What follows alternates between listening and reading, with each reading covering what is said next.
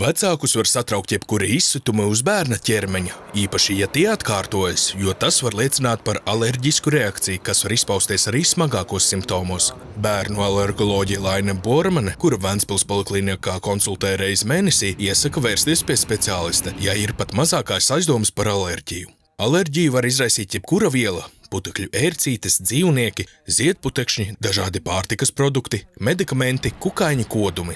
Nereti alerģija bērniem pazūd līdz ar vecumu, taču gadās, ka tā pavada cilvēku visu mūžu.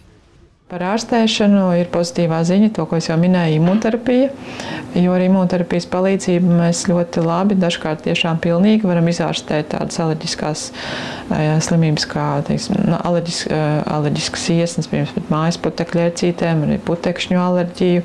Tāpat imunterapija izmanto arī insektu alerģiju, bišu lapseņu alerģiju ārstēšanai.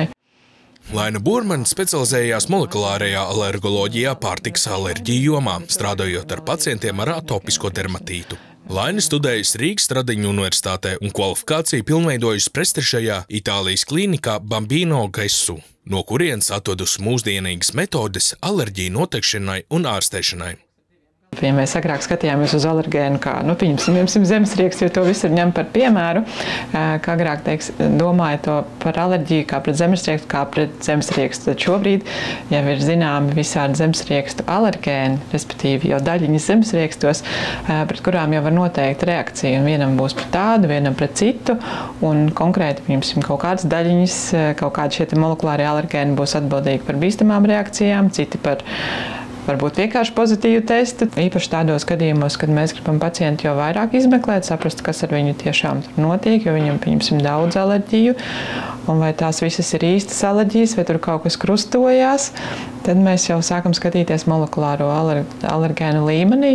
Tāpat arī molekulāri alergēni ļoti svarīgi pacientiem, kas plāno imunterapiju. Ja to pieredzināšanu pie alergēniem, piemēram, mājas putekļu ērcītēm, un īpaši svarīgi tas ir putekšņu alerģiju gadījumā un insektu alerģiju gadījumā, bišu lapseņu alerģiju gadījumā, kad mēs mēģinam atrast, vai tur tiešām ir tā īsta alerģija, mēs varam taisīt imunterapiju un viņi strādās, vai tur ir kaut kāda krustota alerģija.